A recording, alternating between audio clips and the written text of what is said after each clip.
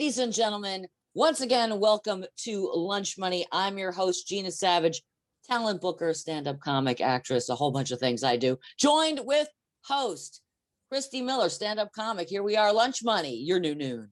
We are your new. Hey! Here we are again. Here we are again. I guess it must be fate. Hey, that's one of my songs, sweetie. After all that we've been through. Hey, somebody unplug me. I was going to go, this is how we do it. This is how we do it. Okay. This is how we do it. It's Sunday, Monday, Tuesday, Wednesday. Who cares what night of the week it is? It's Monday noon, right? It's Monday at noon. Well, we're clearly going crazy, which is one of the themes of today. It is, right? Am I wrong? Am I right? Can I get an am I right? Am I right? Amen. Amens. Mm-hmm. Well, how was your, let's tell people about how was your week? How was your last week? How was your last week? My last week on planet Earth. It's over, sweetie. I'm gone. Hey. It's your last week on planet Earth. Oh, man. Don't cover up your mug with your. Oh, well, I thought, yes, let's, our mugs of choice come from Claudia. We are badasses. Yes. Get it? Donkey. Badass. Yes. That's right. Shout out to Claudia for donating to the mug of the week or the mug of the day. What do we call it? I don't even know. It's the mug of choice. Today's mug of choice brought to you by Claudia. Yes. We are badasses. Claudia. I have the hair for that. So do you. Yeah. We are Van Halen. Hey. Yeah. Van Haglen. I said it. Van Hag. There's no Lynn. It's just a Van Look at Hag. those two hags. Those two hags are back. I don't want to cover this. Yeah, it was really, thank you so much for these. I'm in New York. Yes, you are. And we got to see each other this weekend. We did. Yeah, we did. It was good. Rio Grande. Hey. Rio Grande. For the folks, for the kids. Big river. Yes, we met up with our friends over at El Rio Grande, courtesy of my friend Alexandra.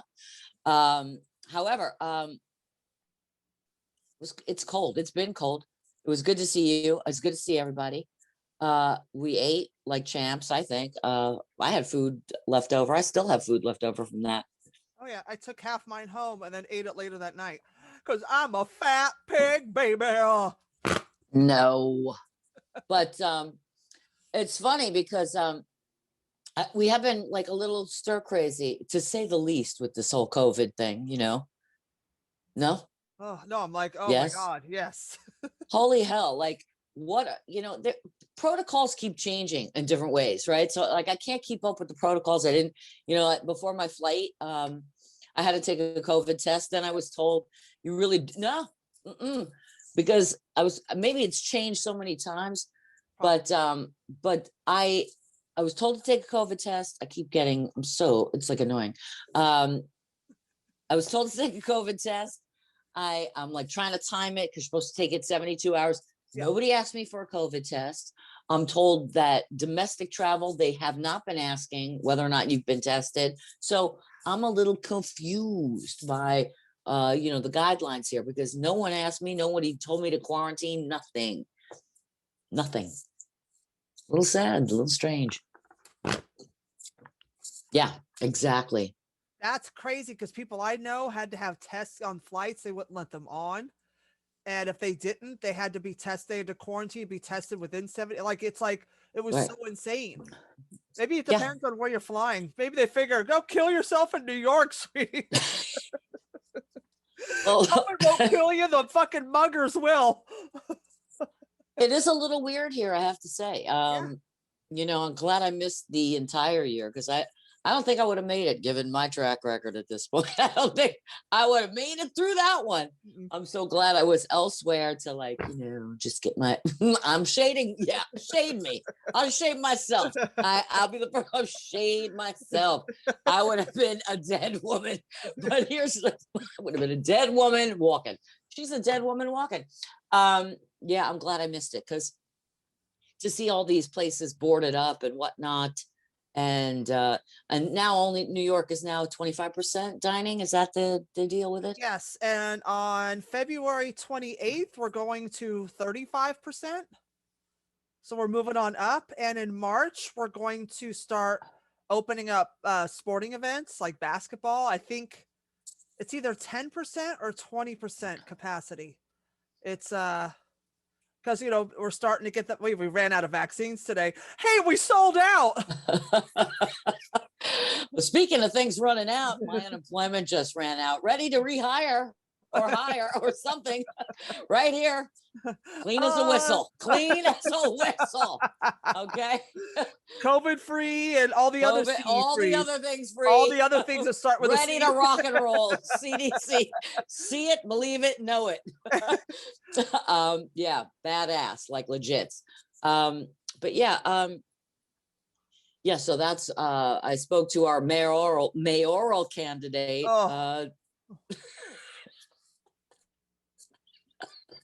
Why don't you throw the shade? You want to.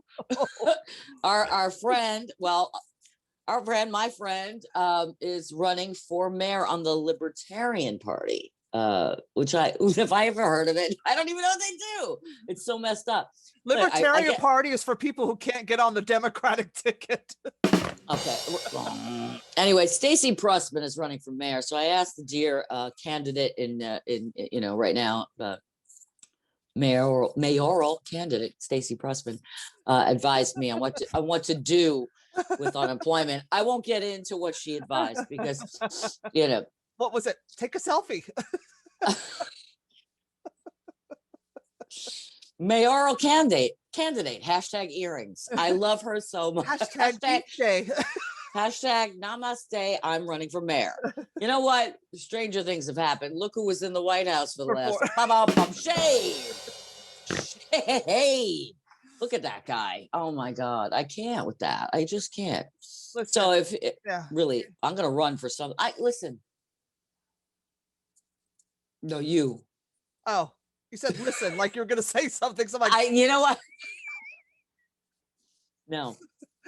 God bless it. I love Stacey. I absolutely love Stacey.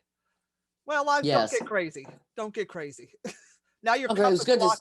Now your cup is blocking. It's picking up the green screen. Is it really? Your cup is there it is. There it goes. It's so badass. But when you set it down, it disappears and shows like you're half rug, half cheetah. Let me explain. Okay, we love Stacey. Let's explain yet again. I love her. Because yes, she means best. She means well. She really means well. I don't know, meaning well and and accomplishing. I mean, these are in the right place. It really, really is America or New Yorkers. New Yorkers of America. Stacey really does have your best interest in heart. But this is a hard thing for but her slogan should be when the going gets tough, the tough take selfies. Well, if that's the case, there'll be plenty of New Yorkers that will pose with the mayor. She'll be happy to be. Oh, she'll block him out of the picture. Sorry. Here's me and Hector, who works over at the, who cares? The deli on 105th. Hashtag we love her. She's loving it. Yeah. All press is good press, Stacey. Yep. I told her, I said, if anything, you're going to get some great material out of this. Yeah.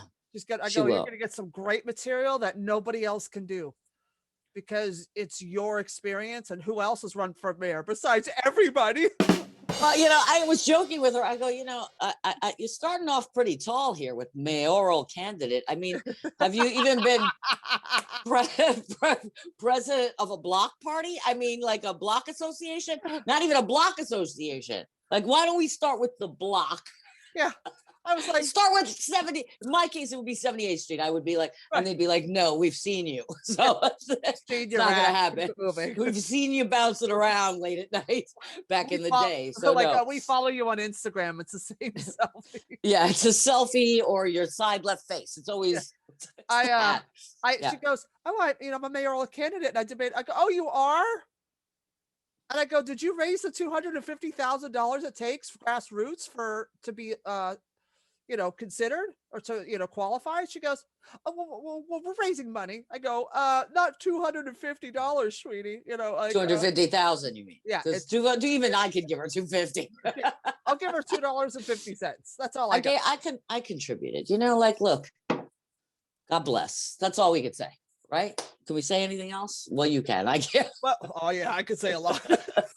Horrible but God bless with that. That's rough, man. I wouldn't want to do it. I wouldn't want to do it. Actually, I would. New York wouldn't want me as mayor because I would throw 90% of these fucking assholes out of here. I would be like, round them up, get them out. Yeah. If you're an asshole, you got to go. If you're not contributing to society, you got to go. Go to Staten. I'll banish them to Staten Island. Well, speaking of Staten Island, our letter will be from a Staten Islander later today. So later today, like we're going to be on all day. Later today, I'll be reading an excerpt from a letter written, these long time ago, a letter was written to us. Yes. I love that our show has traveled far, far and wide, all the way to Staten. Yeah, it's always the same type of shade again. Staten Island. Listen, we're appealing to the New York community because here we are. I'll be in Florida for our next installment, and honestly, with all due respect to my beloved hometown, I will be looking forward to that 75-degree weather and getting in the pool again. I'm not kidding. I think I love, yeah. Sunshine is healthy, especially sunshine on my shoulders. Sunshine. Look so sunburnt. Sunshine State Comedy Show. Sunshine State. So March 3rd, just to digress, will be the first Sunshine State Comedy Show at as we go every week at the Dubliner in Boca. The Dubliner, I say. The fucking Dubliner.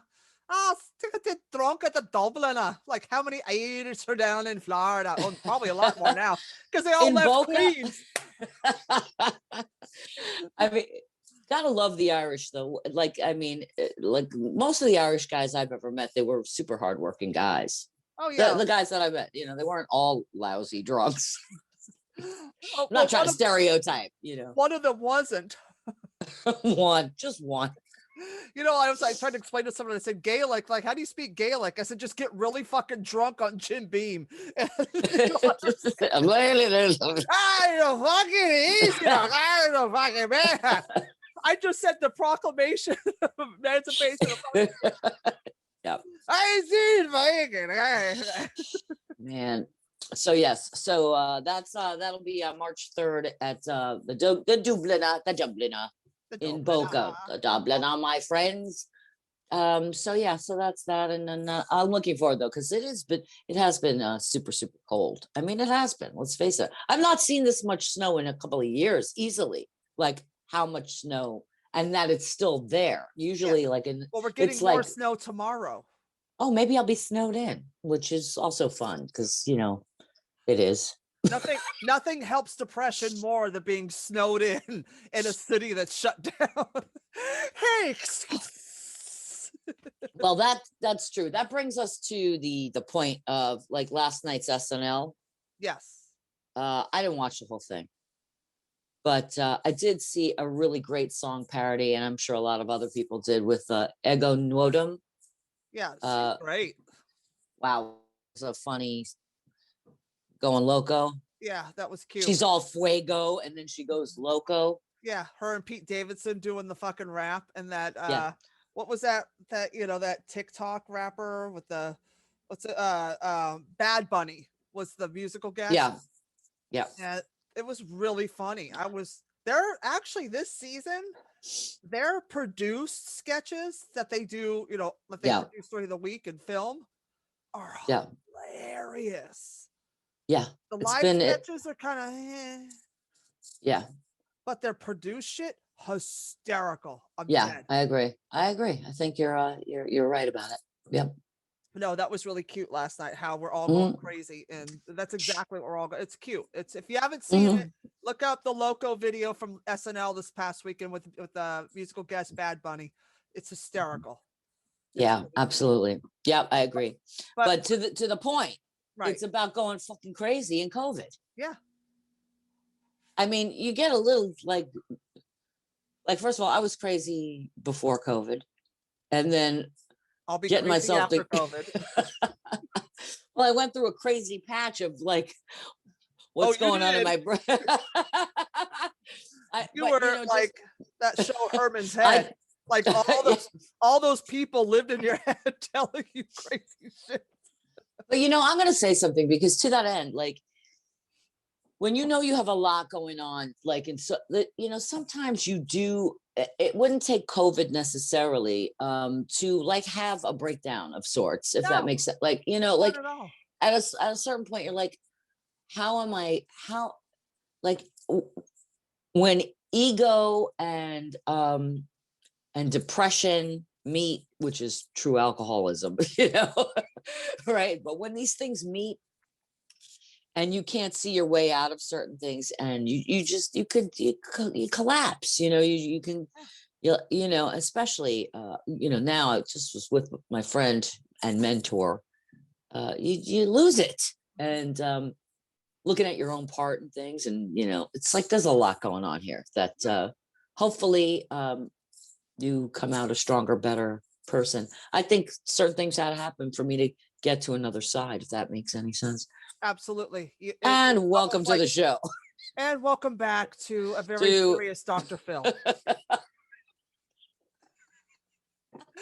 Hey, Dr. Phil, will you yell at me for being a piece of shit? I think it's really hot. He does yell at mother. He's like, I don't know if I can help you. I think you're son, why don't you fess up, son?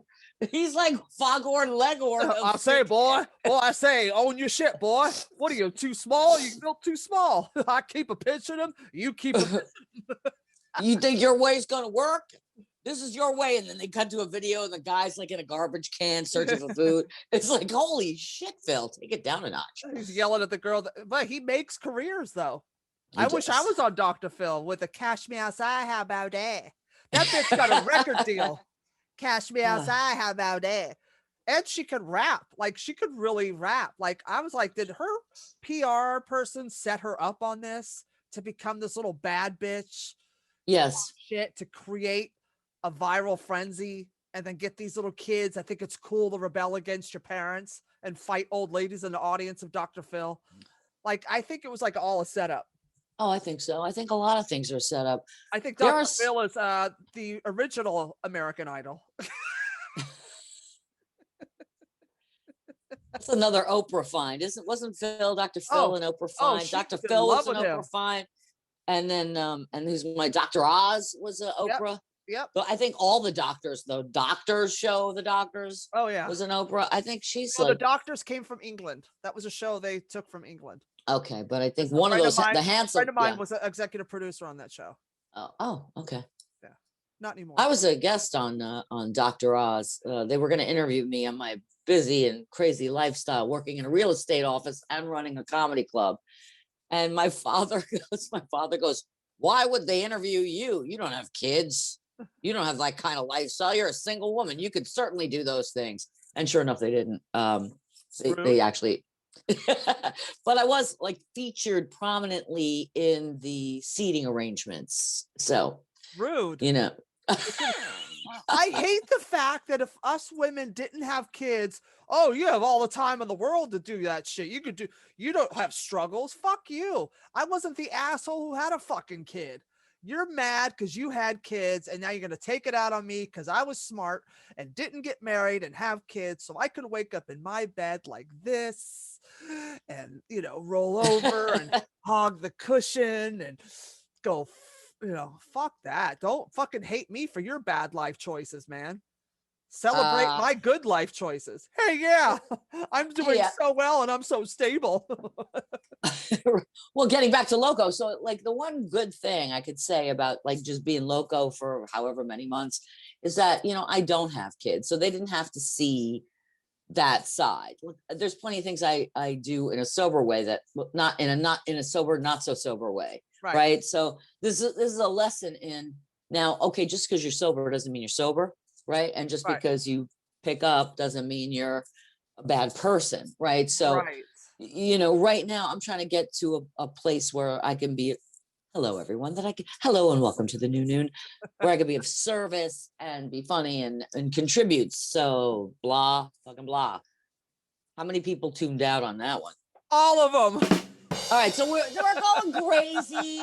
We're going crazy. Let's talk about our guy. Yeah. The man of the hour. This Yeah. week. The man of the hour, Patrice O'Neal. Yeah. God bless. That is one hole in the comedy world that probably will never be like filled in. Like, it's sad. I hate to say this. This is really bad. There's other comics that have died. Yeah. Where are you? No, I was just like, oh, did you start crying? No, I was just like, whatever. Okay. Right.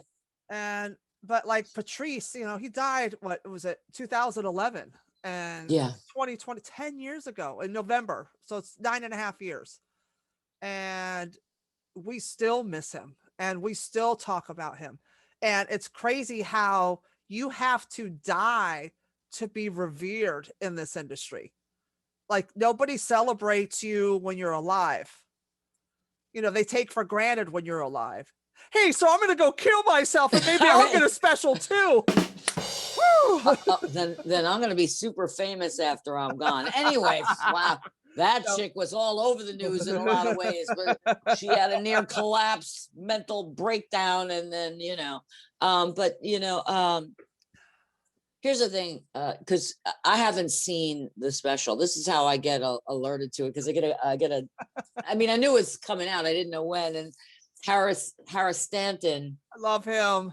I love Harris. So yeah, this is how I remember Harris. This is how like 20 something years ago, Harris was like at Patrice's side all the time. Right. Like it was like he looked up to Patrice so much. And so Harris sends me a message the other night and he's like, have you seen Patrice special? I go, no. And he's like, you're in it. And I knew that they had interviewed me, but I figured they would probably cut it out because, when you're not prepared for it, right. You're just not. And hair and makeup. And so you want to look like Dennis Leary had more hair and makeup than I did. Well, he needed it. He's 307. No, he looks good. I got to say, I had not ever Dennis. Interacted with him personally. Mm-hmm. That night we bonded over a story about Kevin James I won't get into. Hilarious. But we bonded over a story about Kevin James. And it was I like Dennis Leary. I hope I get to see him again sometime in the future, because he was super cool. Yeah. Very and then cool. They interviewed me. Yeah. But go ahead, what were you gonna say on you worked with Patrice, right? I didn't work with him when I moved to New York, and then I was with Mooney, opening for Paul Mooney at Caroline's. And then I took a couple of years off just to take a break, just to see. I was going through deep depression. So I played roller derby, because that's what you do when you're depressed. You throw on roller skates and fishnets and beat the shit out of fat girls. Woo! So yeah. So I did that. And I did, I'd do a couple spots here and there with Mooney. I'd pop in.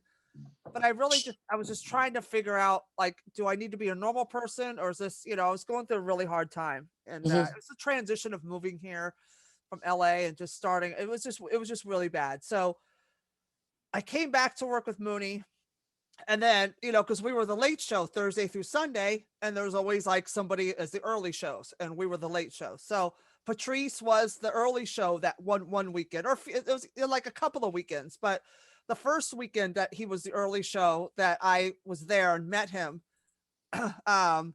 we were in the back of the showroom, like they're setting up for Mooney, and Patrice was done, and their people were out. And he was walking in the back there, me and Miss Curtis and Mooney and all them are, Mooney's in the back. Miss Curtis, oh really? So those of you Yes. who Carol Eyes on Broadway know Miss Curtis, so That voice, that yes. voice. And so he's looking at me. He goes, he said, I don't remember how it started, but he said something to me. And he goes, hey, how you doing? Or whatever. And I was like, good. How are you? Because like, it's Patrice. Fucking love Patrice. He goes, you a comic? And Miss Curtis is like, oh, that's Christy Miller. She's from LA. She opens for Paul Mooney, bitch. And he goes, what?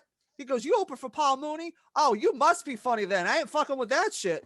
And at that night, he gave me props. He was so sweet to me. He was very polite and cool. And, then like the whole weekend, like Voss and Norton and them would come in. And I don't remember who was on his show that night. I couldn't tell you. It was so long ago. And whatchamacallit. So like they're all hanging out, but they treated me like I knew Norton really well for many years. And so, but he was always treated me like one of the guys. Like when I was around him, he always treated me like one of the guys. Like it didn't treat me like a girl comic. He didn't treat me like I was some dumb bitch trying to leech on. We won't mention names. And sip. Yeah, I will hide. And I've been since I'm a kid. I'm like, I'm out. There's a door here. The door, you can't even see it. Bullshit. My fucking office. Open the door and then lean out of it. Let's do it. Wait. Now lean out the door behind it. No, behind the door. No, behind it. Like you're leaving. There you go. Yeah, that's the set, ladies and gentlemen. This is high technology, people. But no, he was every time I saw Patrice, he was always really cool and respectful, because the nice thing about moving to New York from LA was that I came here with Mooney. So in the comedy scene, I was with Paul Mooney. Right. So right away, that gave me like an edge over the average new comic moving from Los Angeles to, of course, New York. So yeah, when I came in under Mooney, like people treated me differently. They put me in a different category. They never disrespected me. They never like did anything bad to me. They always like, oh, you're Mooney's girl. Oh, you open for Mooney? Oh, you must be funny then. So because you don't fuck around with bullshit. Right. And I said, really, you don't see half the people he hangs out with. But I always had mad respect from all those guys when I first moved here, because I came in as Paul Mooney's opener. Yeah, and you should, as you should. Yeah. So I have a couple things. So with respect to Paul Mooney, when I worked at Caroline's, and I might have even mentioned this on one of the other.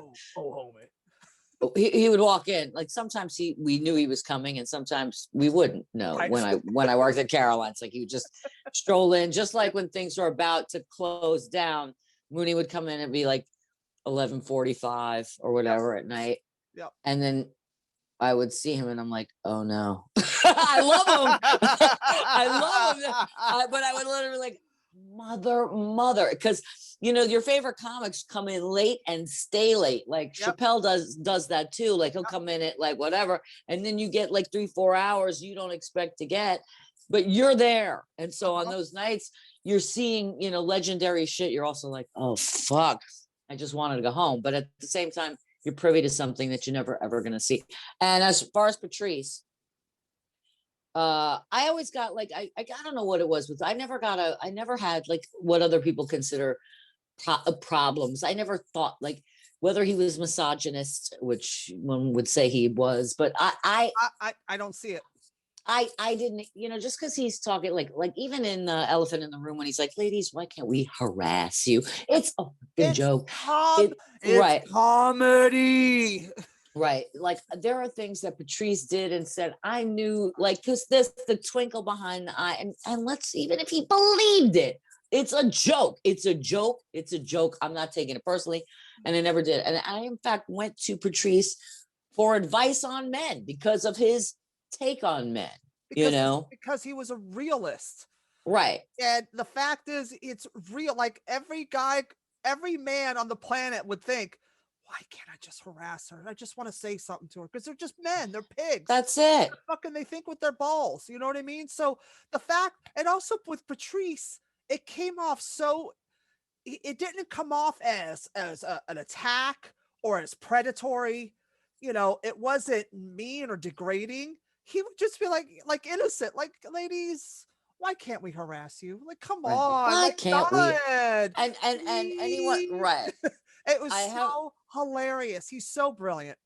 Right. I can't wait to see the special, the documentary. I look forward to seeing it. I'm told, as I was saying, Harass Stanton tells me, he's like, you're in it. So they cut out the interview. Thankfully, it probably looked like shit. Probably didn't have really much to say because, you know, people want to hear stories about Patrice, and all I can really say is he was a friend to me. We talked about, you know, like hanging out. We joked in the moment with like people like Robert Kelly or Rich Voss. I don't remember specific things because when you're working, you're like, come on, it's your set, get up there, and you've got customers or whatever, patrons or whatever, and so you're busy. I'm constant, but the one thing they said is this moment where I'm outside smoking a cigarette, which was typical of me at the time: smoking, talking, joking, moving. That's it. Yeah.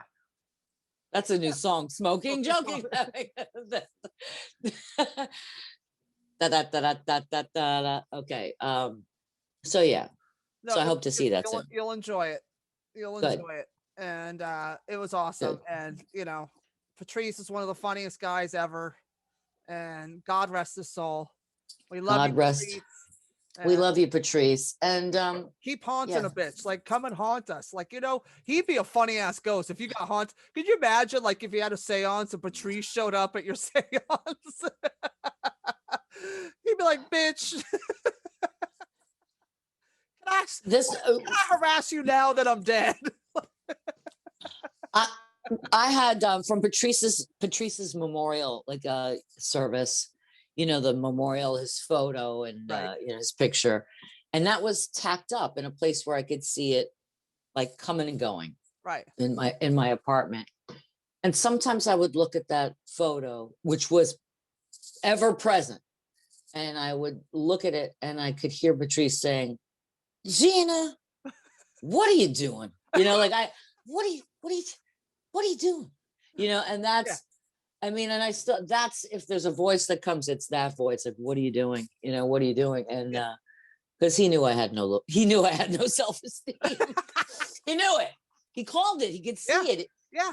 You know, and that's, you know, and it's pathetic, but he saw it. Patrice should have been Dr. Phil. Oh, could you imagine? Oh, #1 show on the planet. Holy hell. What is this? What's the Steve Harvey one with the, what are these motherfuckers? What did you say? What? Okay, top 5 survey says top 5 answers on the board. Here's the question. Name name a comic that could have a talk show. Name a comic that's funnier than I am. Okay, that's Air Buddy. Because I'm from Cleveland, y'all. But he wrote a book, didn't he? Steve Harvey wrote that. What was the name of that nonsense? Something like act like a man, talk like a woman, or something. I have an itch between my cleavage. Just one moment, please. Oh my God. Say it again slow. Say it again slow. Say it again. I have an itch between my No, you didn't say it. I have an itch between. All right. So listen, we're at that time. Yeah. I'm fairly certain of it. And we got a letter. This is the point in our show. That, yes. We typically do get letters, and we've been getting them on a regular basis. And as was mentioned, this one is from Staten Island. So you know, that is like a vacation hotspot. I will read the letter, and Christy will interpret the letter as she does in her special way, translating what is really going on in the letter. Okay. What's really going on? Putting on the Schumers, my Schumers. Let me give you the look. Yes, we need the look. Yes, Queen. Gorge. I love those on you. Thank you so much. Excuse me. Ms. Pressman, mayoral candidate. If Patrice was alive right now, he'd be like, Oh, "Stacey, please. what are Oh, you doing? What the fuck are you doing?" Oh, he would be ripping into her. God bless. Okay, but that's some real shit right there. Okay, so this is from Paulie. Paul, of course, Paulie in Isn't Staten it Island. always a Polly in Staten Island? How you doing? Oh, so I know. God. Dear, like I'm gonna interpret him myself now. No, dear Gina and Christy, this is Paulie from Staten Island. Hey, Gina, Paisa, how you doing? Hey, Christy, how you doing? It's me and Polly from Staten Island. Hey, how you doing? Me and the guys at the pizza place over on Richmond think you two are so funny. You know, me and the fucking guys over at the pizzeria, right? I think you're fucking hilarious, right? You're fucking hysterical. You make me laugh. You're like a fucking asshole. We watched the show last week and we know Gina's in town and we want you to come to Staten Island so we can hang out and go to dinner with you guys. I know Gina's in New York visiting. I want you and Christy to come out to Staten Island so we can fucking need you like pizza dough on a fucking table, you fucking lady. By the way, my wife's name is Gina, so I'm taking ha ha ha, but I want to set up Christy with Ray from the fire department because I think they would hit it off. I may be married, but I'm not fucking dead. So while I'm begging your ass out over the fucking pizza counter, my buddy Ray over here, how you doing? Ray fucking bag of donuts is gonna fucking tear that ass up. She thinks, and fuck, she needs some fucking dick over here, right? Okay. Well, he says, I think they would hit it off, meaning you and Ray would hit it off. She looks like she wouldn't put up with any of his nonsense. Anyway, please get back to me and I hope we can take you guys out. Well, Ray would put her in her fucking place, that piece of shit. She fucking mouths off one time, he's gonna punch her in the throat. So give me a call and we'll make it happen. Ciao. I always hack. I literally hack every time you do that. Oh my God. All right. So that's that story. I almost thought I was going to drop the set for a second. Whole set was going to drop the entire set. Yeah. So that's it. What's coming up for you this week? And then, oh my God. This week, a lot of changes going on at Gov's Radio. Oh. Starting in March, we are becoming a paid service like Wow. Compound Media, like Sirius, because Anthony Rodia, okay, is a part of the network now, and he has a huge like 500,000 followers. And wow. His videos on, his show on Gov's Radio, but to those of you who don't know, it's Governor's Comedy Club in Long Island. They have their podcast station. So it's called govsradio.com. So he's invested in it. He wants to make it paid because his videos get 100,000 views, which is almost as much as we get here at Lunch Money. So, so starting in March, we will become a paid service. So I talked to Tony and Sally. Tony and Sally, how you doing? Paulie showed up. Paulie's cousin. Paulie's cousin, Tony and Sally, how you doing? So, right. So I told them, I said, if you're gonna invest, so they're doing a whole new website, check it out, look for it. So the show won't be aired on Facebook anymore starting in March. Wow. But it will be, but I'll still have the clips. But to watch a full show, you have to go to the Governor's Radio website. But I told them, I said, there better be an app, otherwise this thing's gonna tank hard. So they took my advice. Wow. I said, make an app so people can listen to it on the phone. That's how you're going to get subscribers. So we're going to be a subscription-based thing starting in March. I'm very excited about all the changes. They listened to all my suggestions. They were happy that I, put my 2 cents in because I'm a big mouth. And That's our next cup. Right. Big mouth cup. So Yeah. there's that. So that's Wednesdays at 9 on govsradio.com. And what else is happening? Besides us here at Lunch Money, and you can see me weekly over the weekends at Broadway Comedy Club, virtual comedy shows. Check out my my social media for those dates, and because they go up weekly. And I'm starting a new project here that's going to be launching in April with my friend Colton Ford, who is he's not anymore because he's much older. He's still fucking gorgeous. A big gay porn star from the 90s. Wow. And there was a documentary about him called From Porn to Pop. He became a pop singer, and he's got a new album coming out, but we're teaming up on a project together. So be on the lookout for that. And so there's a bolo on that. I love that. Yes. I love that. Be on the lookout. I'm excited for you because that sounds sorry. It's piqued my interest. Yes. Oh, I'll show you pictures. How you doing? How you doing? Is his name Paulie?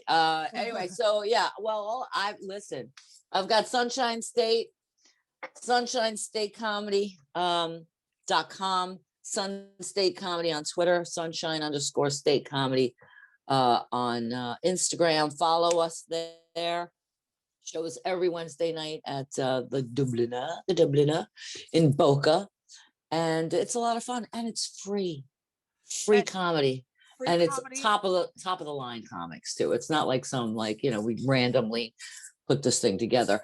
No. And other shows soon to be at Voltaire and of course Gatsby's when I get those dates. So yeah, all good. I'm excited. It's just like it's blowing up. Everything's moving up. Everything's coming up roses.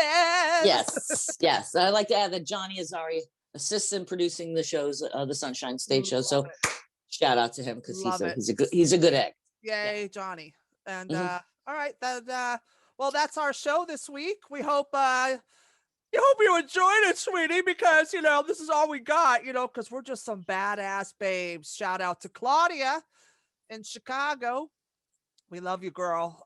This has been Lunch Money. I've been your host, Christy Miller, and this is Gina Savage, as always. We are your new noon every Monday at 12 noon, and we'll see you next Monday.